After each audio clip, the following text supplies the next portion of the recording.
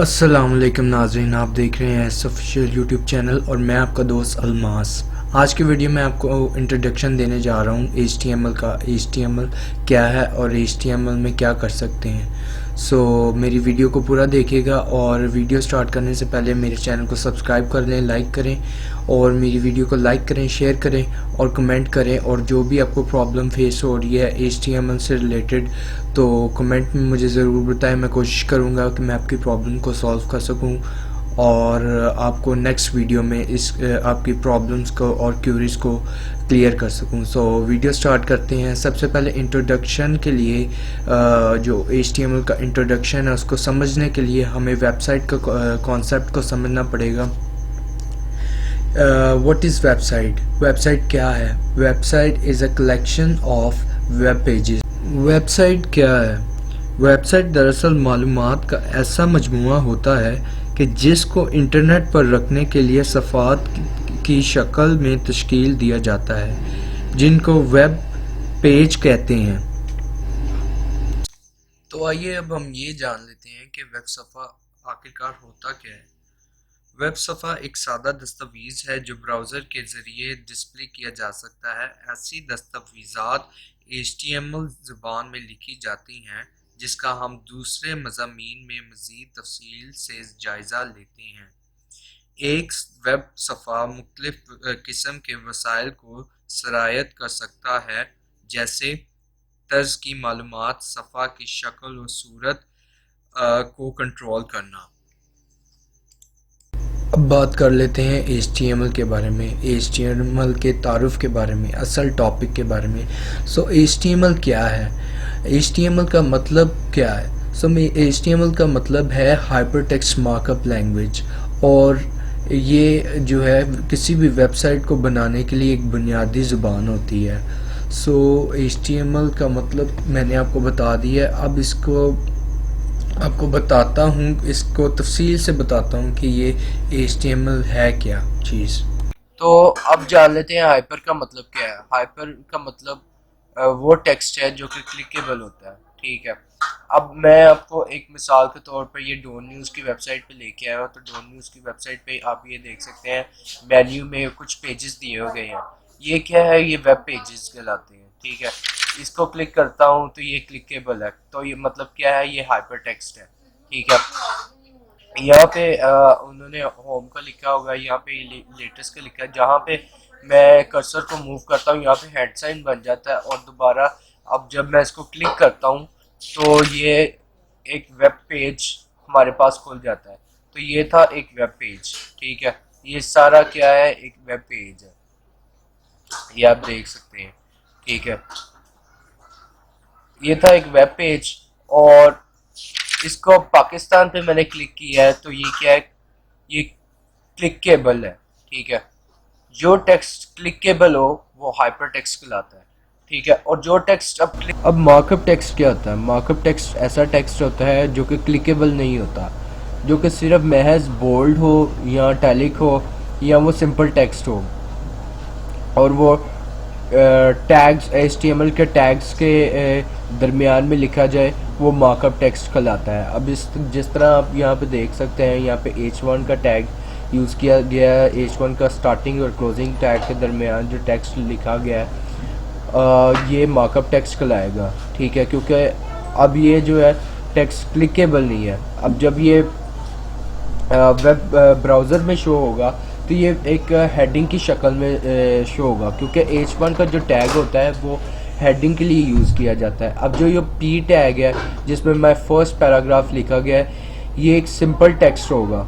तो कोई भी ऐसा टेक्स्ट जो कि क्लिकेबल ना हो, वो सिंपल टेक्स्ट हो या बोल्ड टेक्स्ट हो या हेडिंग हो, तो वो मार्कअप टेक्स्ट कहलाता है। इसके मज़ीद कॉन्सेप्ट को जानने के लिए हम अपने प्रैक्टिकल सेशन में एक मुकम्मल वेब पेज को क्रिएट करेंगे, जिसमें हम हाइपर टेक्स्ट और मार्कअप टेक्स्ट को जानेंगे। ठीक है, HTML का यूज़ जान लेते हैं। What is use of HTML? ठीक है, HTML के फर्स्ट पॉइंट में देखते हैं। HTML is a standard markup language for creating web pages. जो HTML है वो वेब पेजेस को बनाने के काम आती है। अब जो सेकंड पॉइंट है उसमें देखते हैं क्या कहते हैं।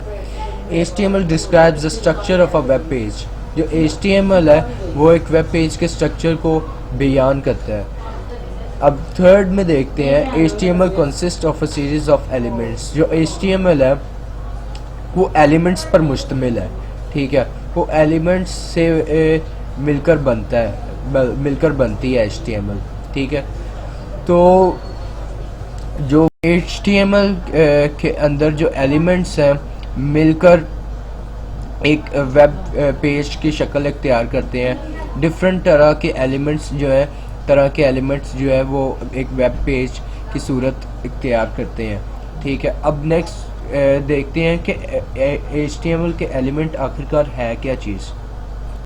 HTML के एलिमेंट में सबसे पहले कोई भी टैग हो, ठीक है, कोई भी स्टार्टिंग टैग हो और उसका क्लोजिंग टैग के दरमियान अगर कंटेंट जो है वो ऐड कर दिया जाए तो वो क्या बन जाएगा, एक एलिमेंट बन जाएगा। और ये एलिमेंट्स क्या करते हैं, एक वेब पेज की शक्ल को अख्तियार कर लेते हैं, ठीक है। जिस तरह आप देख सकते हैं यहाँ पे H1 का टैग यूज़ किया गया, H1 का स्टार्टिंग टैग और H1 का क्लोजिंग टैग के दरमियान एक कंटेंट ऐड किया गया, माई फर्स्ट हेडिंग, ठीक है। तो ये क्या बन गया है, एक एलिमेंट बन गया है, ठीक है। अब HTML क्या करता है, HTML के जो एलिमेंट्स हैं वो क्या करते हैं, HTML के एलिमेंट्स ब्राउज़र को बताते हैं कि आपने डिस्प्ले कंटेंट को डिस्प्ले कैसे करवाना है, ठीक है। अब इसके फिफ्थ पॉइंट को समझते हैं। HTML elements label pieces of content such as this is a heading, this is a paragraph, this is a link, ठीक है। अब HTML के एलिमेंट्स जैसे कि H1 का टैग है वो इसलिए यूज़ किया जाता है हेडिंग के लिए, ठीक है। अब उसके अंदर जो भी कंटेंट होगा जैसे कि माय फर्स्ट हेडिंग, ठीक है, वो क्या बन गया है, एक कंटेंट है। अब हमने उसको लेबल किसके किया है, H1 के स्टार्टिंग टैग से और H1 के क्लोजिंग टैग से, ठीक है। हमने इसको लेबल कर दिया है कि ये जी एक हेडिंग है, ठीक है। अब हम एक पैराग्राफ ऐड करेंगे कि this is my first paragraph, तो उसके लिए हम P टैग यूज़ करेंगे, ठीक है। P टैग से इसको हम लेबल करेंगे, ठीक है। तो ये था इसके fifth point. What is the history of HTML की क्या हिस्ट्री है। तो सबसे पहले जानते हैं फर्स्ट पॉइंट में क्या लिखा है। Tim Berners-Lee 1991 the first version of HTML was published. जो टिम बर्नर्स-ली हैं उन्होंने 1991 में HTML का पहला वर्जन जो था वो पब्लिश किया था। जो उसका दूसरा वर्जन है वो 1995 में HTML का वर्जन नंबर 2.0 रिलीज़ किया गया। फिर HTML का थर्ड वर्जन जो है 1997 में 3.2 जो है वो रिलीज़ किया गया। फिर फोर्थ वर्जन जो है इसका 1999 में HTML का 4.01 वर्जन जो है वो रिलीज़ किया गया। और इसी दौरान इन्होंने सोचा कि हम इसको XHTML की तरफ ले जाते हैं। XHTML जो था जब रिलीज़ हुआ तो वो सब जितने भी पहले वर्जन से उनसे स्ट्रिक्टर था, मतलब कि स्ट्रिक्टर स्टैंडर्ड्स रखता था, और जिसकी वजह से बहुत सारे वेब डेवलपर्स जो थे बहुत सारी प्रॉब्लम्स को फेस कर रहे थे। जैसे कि अगर कोई नया वेब डेवलपर है तो उससे छोटी सी भी मिस्टेक हो गई है, अगर वो स्टैंडर्ड पे HTML के स्टैंडर्ड पे नहीं है, स्टैंडर्ड के ख़िलाफ़ है, तो वो छोटी सी भी मिस्टेक को इग्नोर नहीं करता था और वो पूरे पेज को जो है वो ब्रेक कर देता था। जो XHTML में 1.0 वर्जन आया था उसकी बात कर रहा हूँ मैं। फिर उसके बाद एक इन्होंने वर्जन मुतारफ़ करवाया 2002 से लेके 2009 तक XHTML 2.0, ठीक है। ये भी इसी तरीके से था, ये भी स्ट्रिक्टर था। अगर कोई भी वेब डेवलपर छोटी सी गलती करता तो मतलब कि उसका सारा पेज जो था ब्रेक कर दिया जाता था। तो उसके बाद फिर 2004 से लेके 2012 तक जो है 2012 तक जो है इस पे काम किया गया HTML5 पे, और आहिस्ता आहिस्ता जैसे जैसे ब्राउज़र जो है वो 2012 में इसको ऑफिशियली जो है रिलीज़ कर दिया गया था HTML5 को। लेकिन जो 2014 तक जो है ब्राउज़र्स जैसे जैसे अपडेट होते गए तो इसके जितने भी एलिमेंट्स थे वो भी काम करना शुरू हो गया और ब्राउज़र्स ने इसको एक्सेप्ट करना स्टार्ट कर दिया। और आज हम HTML5 इस्तेमाल करते हैं कोई भी वेबसाइट को बनाने के लिए। हम आज HTML5 का इस्तेमाल करते हैं। तो HTML5 जो है इसके इतने स्ट्रिक्टर स्टैंडर्ड्स नहीं है जिस तरह के HTML के जितने पुराने वर्जन्स थे उनके थे। अगर HTML5 में कोई मिस्टेक हो जाती है तो HTML5 जो है आपकी मिस्टेक को इग्नोर कर देता है, आपके पेज को ब्रेक नहीं करता या रिजेक्ट नहीं करता। तो HTML5 के जो मेन पर्पस था वो ये था कि आपके पेज को रिजेक्ट ना किया जाए, आपका पेज जो है वो उसको ब्रेक ना किया जाए। Which version of HTML is recommended and is mostly used by web developers? HTML5 is mostly used in the world in this era and recommended by web developers. और जो HTML5 है वो ज़्यादातर दुनिया में इस दौर में इस्तेमाल किया जा रहा है और ज़्यादातर जो वेब डेवलपर्स हैं वो उसको ही रिकमेंड करते हैं और मैं भी इसी को ही रिकमेंड करता हूँ। तो What are the other new features in HTML5? HTML में नए फीचर्स क्या आए हैं? तो फर्स्ट फीचर इसका देखते हैं, build in audio and video support without plugins. ठीक है, अब पहले क्या होता था कि हमें कोई भी वीडियो या ऑडियो के लिए जो था प्लगइन की ज़रूरत होती थी, लेकिन अब HTML में ऐसा नहीं है। आप एलिमेंट्स के थ्रू ऑडियो और वीडियो को जो है वो ऐड कर सकते हैं।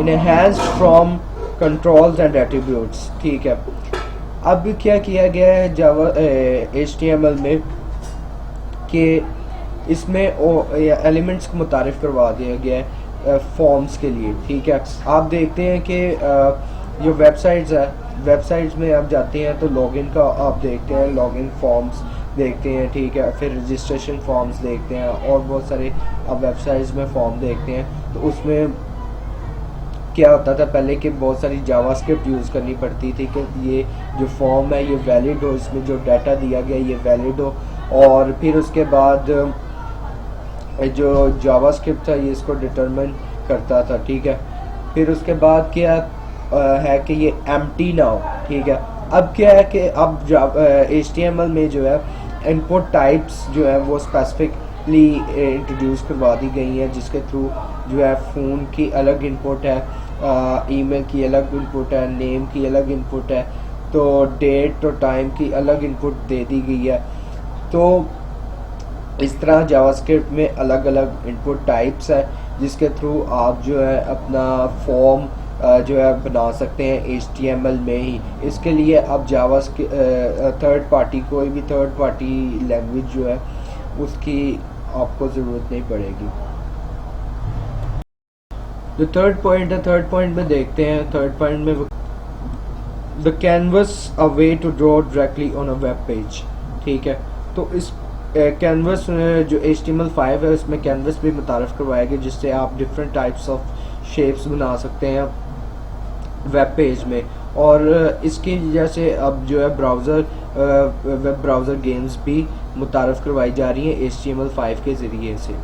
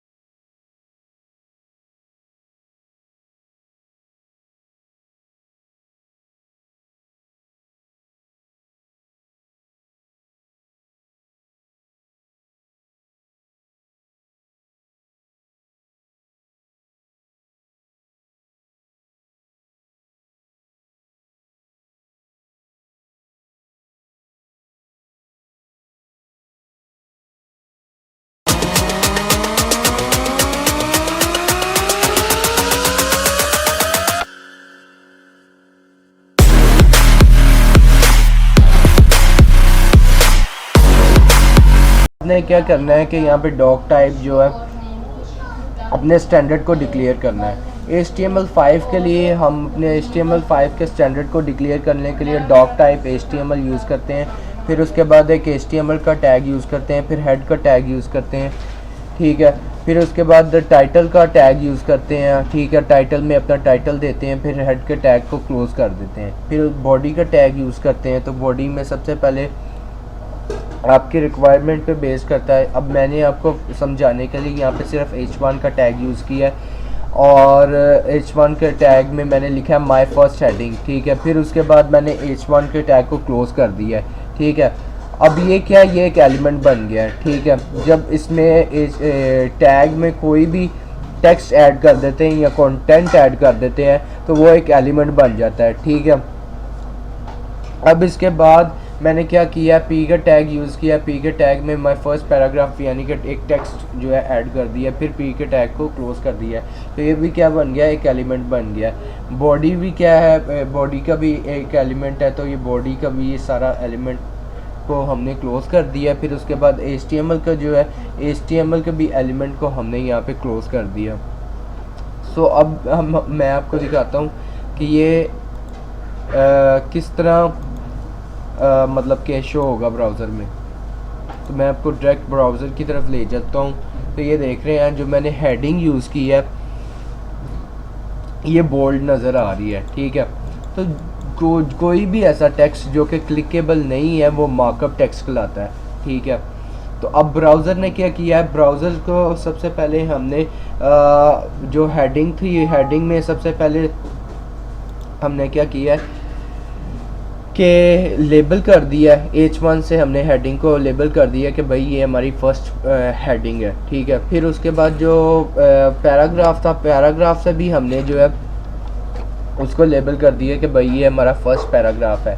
तो इस तरह जो है एलिमेंट्स जो है लेबल कर देते हैं कंटेंट को, और फिर जो है एलिमेंट्स ब्राउज़र को बताते हैं कि आपने किस तरह कंटेंट को डिस्प्ले करना है, ठीक है। और ये जो मार्कअप है, ये मार्कअप का मैंने आपको कॉन्सेप्ट बता दिया। जो भी टेक्स्ट क्लिकेबल नहीं है, सादा टेक्स्ट है, ये देख सकते हैं बोल्ड टेक्स्ट है या टैलिक टेक्स्ट है, सिंपल टेक्स्ट है, वो मार्कअप टेक्स्ट होगा। जो भी टेक्स्ट क्लिकेबल है वो हाइपर टेक्स्ट होगा।